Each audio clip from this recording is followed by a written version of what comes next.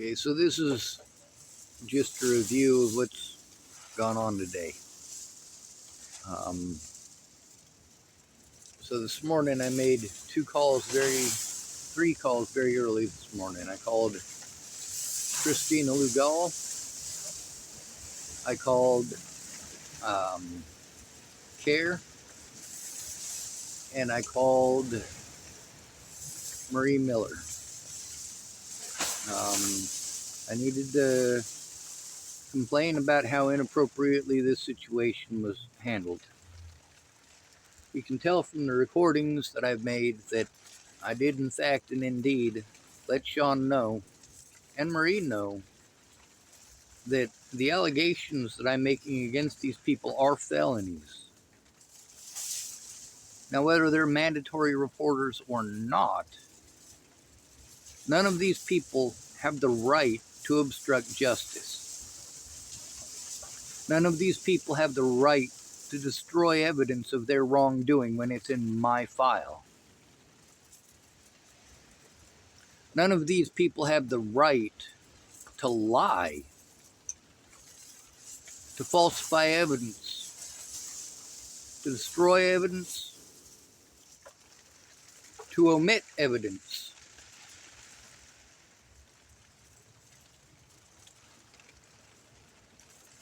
Shelley told me she is a mandatory reporter. That's one of the things that I was hoping would help. There's also the fact that she's one of the people that I had to try to turn in last time that I went through this stuff. When they knew that the Natalie Bollinger situation was true, all the way back then, so did the police. So did Tillamook Family Counseling Center.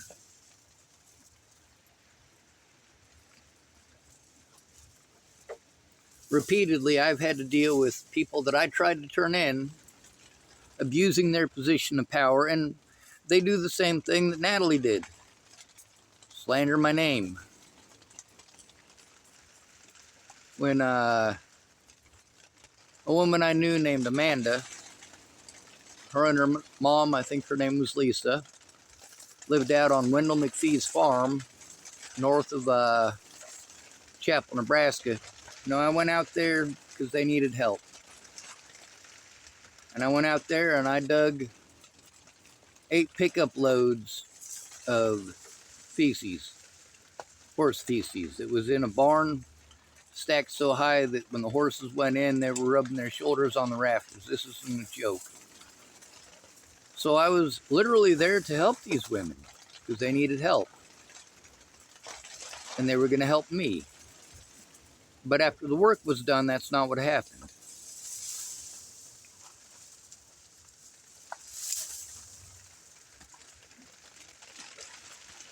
Instead of keeping her word, Amanda and her family, her brother TJ and her mom, took my things and then went around Chapel, Nebraska telling everybody that they know I must be on meth because I hang out with Andrew Witcher. This is before the allegations of Andrew Witcher and what he did to his stepdaughter. Whether that's true or not is arbitrary to me. Those kind of allegations I don't take lightly. If you tell me your daughter made those allegations, I'm going to try to turn it in. I'm exhausted. I'm tired. I've been through a lot.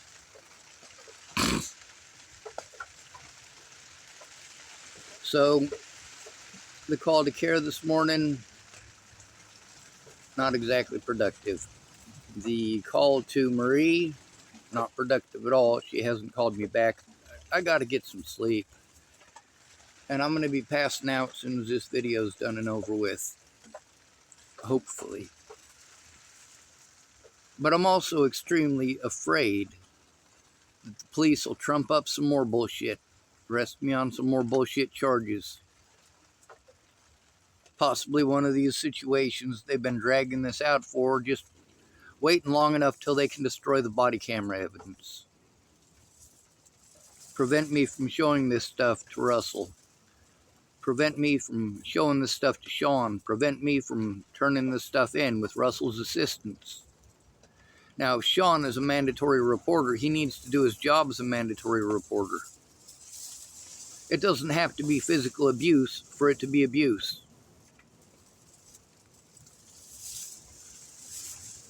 The fraud committed against me and against the taxpayers is abuse. And hopefully I am able to get to sleep. Hopefully when I wake up, I'll be able to have a fresh start instead of just rolling back and forth, hoping I don't have another nightmare. I have nightmares about what they did to me in the Tillamook County Jail. It sucks when you have a nightmare. It's a recurring nightmare of something that they absolutely did to you. And then you wake up and you're still in that cell.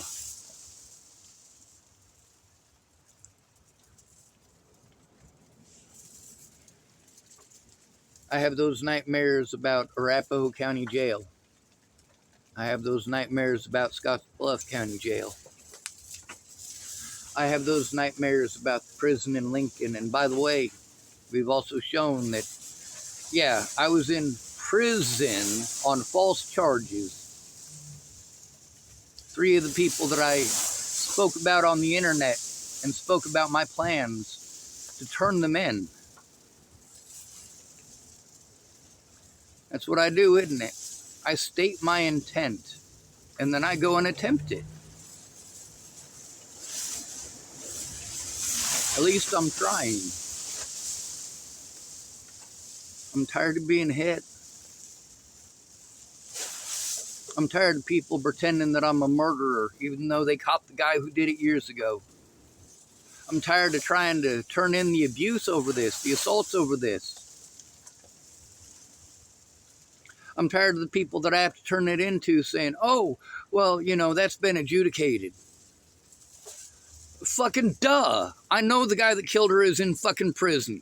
That does not detract from the fact that people continue to assault me and pretend that I killed her to this day. And just because I was not physically assaulted today doesn't mean that I don't have to fear those things again and again and again. The police made sure that I couldn't turn in the evidence against Andrew Wolnez by arresting me. They made sure I couldn't turn in the evidence against them by arresting me. They made sure that my disability money was cut off. So I didn't get any of that money while I was in jail. And of course, apparently they were giving it to me because they're taking it out of my disability check. Russell was supposed to be helping me to get that. Shelly was supposed to be helping me to get that. Russell was helping, but Shelly, once she started, she didn't do anything. She did nothing. Nothing. She makes claims of things that she did on her own, but shows absolutely no proof.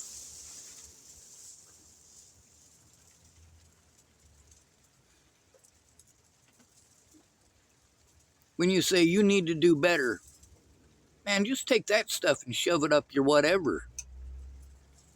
What does do better mean in specific?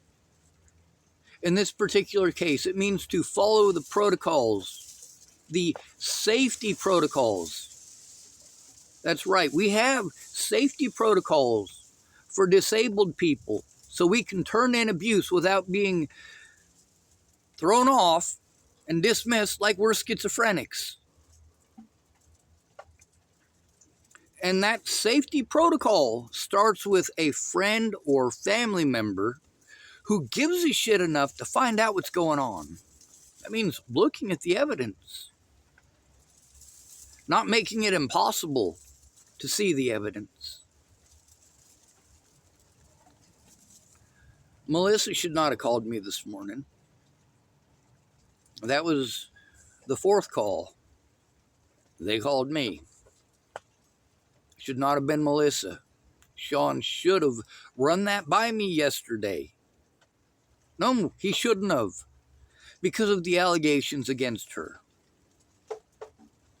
Yeah, like, let's take a look at this situation realistically.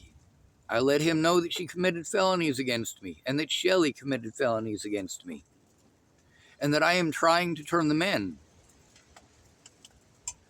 And he has her call me. He said he was going to call me yesterday, and he didn't.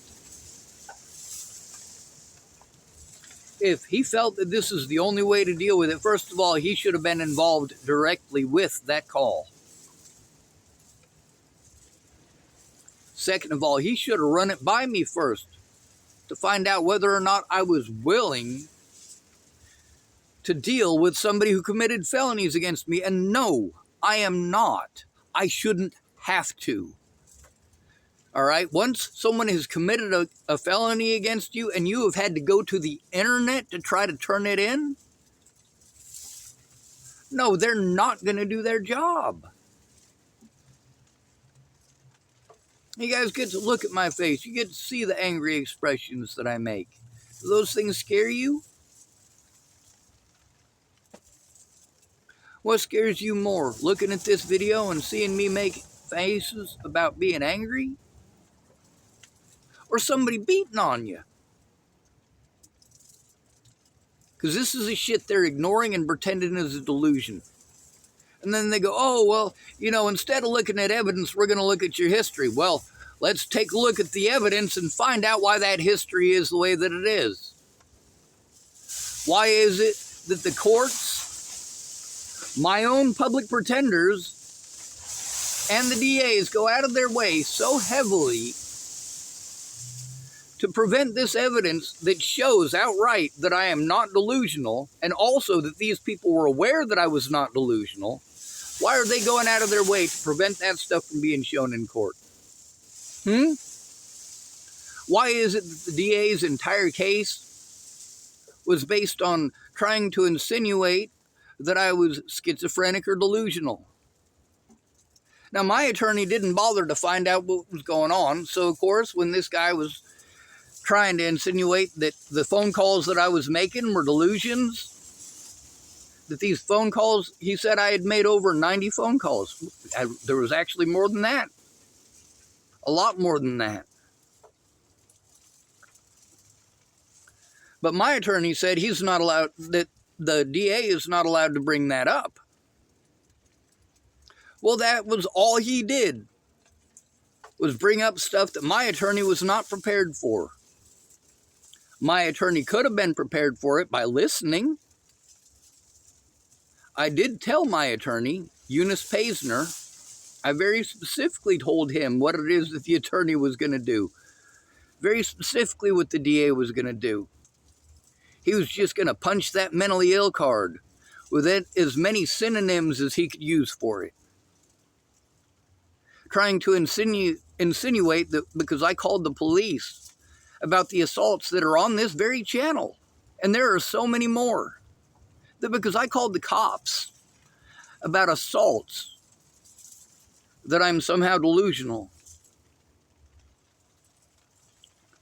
I was arrested for improper use of 911, for making phone calls about people assaulting me, threatening me, intimidating me, and harassing me literally every single day.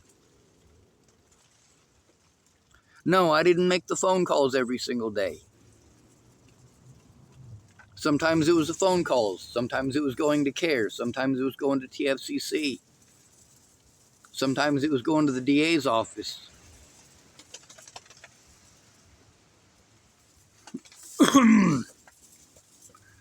So tomorrow I got to try to make some calls.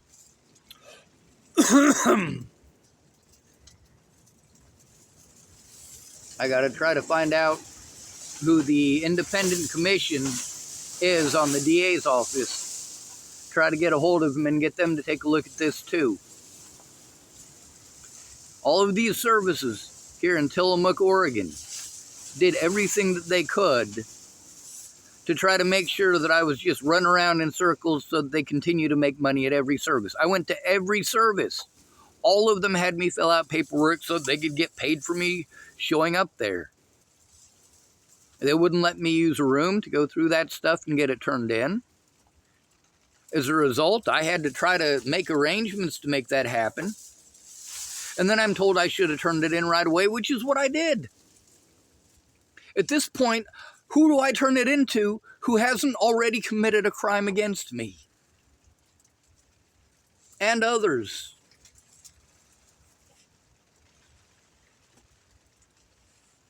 What Sean did was entirely inappropriate.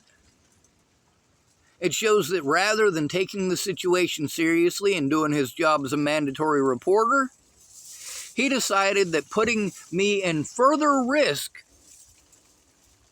by having my predators contact me was a better idea. Jesus Christ. Yeah, there's a reason he's interim, and I hope he doesn't make it any further than that.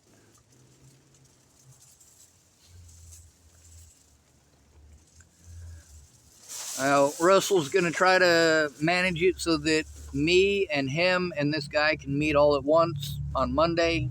So I have to wait until Monday. That means I basically have to stay in this tent until Monday.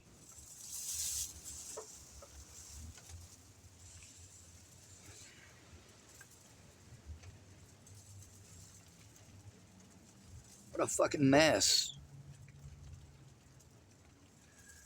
Anyway, I'm sorry that I didn't put a bunch of evidence in here and I'm just venting the situation, but I mean, fuck. Just from the stuff that I have from the last 2 times I was in jail, and there was only about a 2-week period in between the two, I've got 8 bags of evidence in here. That's not even including the USB drives or all the stuff that I have in storage that I'm still paying for, even though I can't even go out there and get that fucking evidence. I can't do it. I can't physically do it. And now I no longer have a car. You can thank David Martinez for that. These officers have repeatedly arrested me for trying to turn in them and CARE and TFCC. They have repeatedly allowed the officer that I was trying to turn in the most at that particular point in time be the arresting officer. Not okay. Not okay. And then there's the attorneys who are mandatory reporters, but they refuse to do their jobs as mandatory reporters. Those guys are mandatory reporters. How about instead of giving me a drug addict, you give me a mandatory reporter? How about instead of giving me a felon, you give me a mandatory reporter? One that's actually going to do their fucking job. When I got to turn in abuse, they refused to turn it in by saying that they didn't see it. Well, I have it recorded. So yes, you can. You can see it. You can absolutely see it. Sure, you didn't see it, but that's because you're refusing to see it, because you don't want to turn it in. You've shown that loud and proud. Now, how many of these people pretend that that's the mandatory reporting laws? Oh, they don't have to report it unless they saw it. That is not what the law says. That's why I bring up the 9-year-old girl. If a 9-year-old girl was raped, and this is one of them questions that Shelley wanted to fucking bypass and ignore and play stupid. If a 9-year-old girl is raped and she goes into them to tell them that it happened, they have to turn it in immediately, right? The same thing if the person is disabled. The same thing if the person is elderly. Why are they refusing to do that job?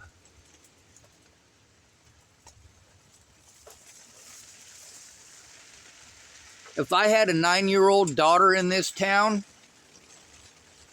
she'd be packing. If I had a 9-year-old daughter here in Tillamook, Oregon, I would make sure that my 9-year-old daughter knows how to fire a firearm.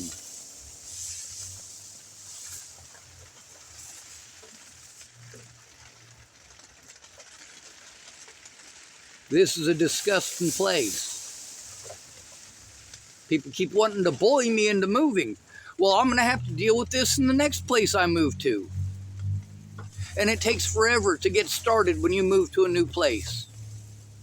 When I move to a new place, they're going to recognize me from this true crime bullshit, same as everywhere else I've been.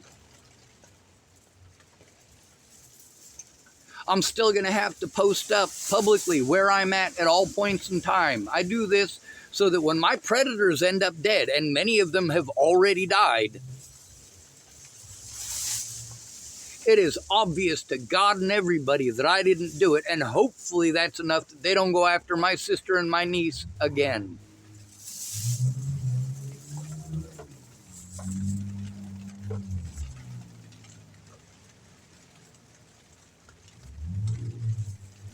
Not okay. Eunice Paisner sat there during my trial watching his lawyer counter thing, this app that lets him know how much money he's making off of me. Sorry, off of you guys.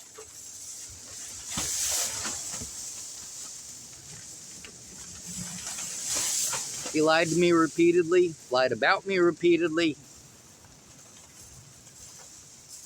lied about the situation, claimed that he couldn't see any of this evidence because he was in a foreign country. And then when he got back, he claimed he watched all this shit while he was in a foreign country. Don't fucking lie, dude. The difference between that evidence while I was locked up is that I didn't get to record anything. I didn't get to show that I am telling the truth in any of these situations, and I'm not going to get to. That's kind of the point of locking your victim up and taking away their evidence and running around telling everybody that you're schizophrenic, like Scott DaCosta did in Chapel, Nebraska. He didn't just run around and tell everybody in Chapel, Nebraska I was schizophrenic. Oh, no.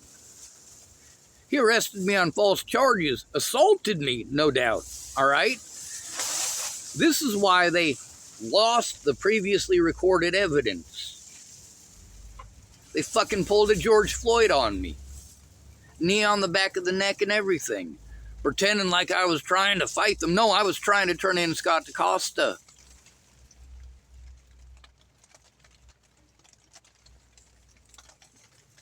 So he got to separate me from my evidence. In each and every one of these cases, the public pretender that you are getting is a rubber stamp for the prosecution. Thank goodness for Judge Amanda Benjamin. That's all I got to say. Now, when I get up, I'm going to work on this some more. I'm going to hope that this thing doesn't shake to pieces. Thank goodness it's calm now. Obviously, I'm a bit riled and frazzled. Obviously, my voice is louder than it should be, but the rain's going on behind me. Or rather, above me.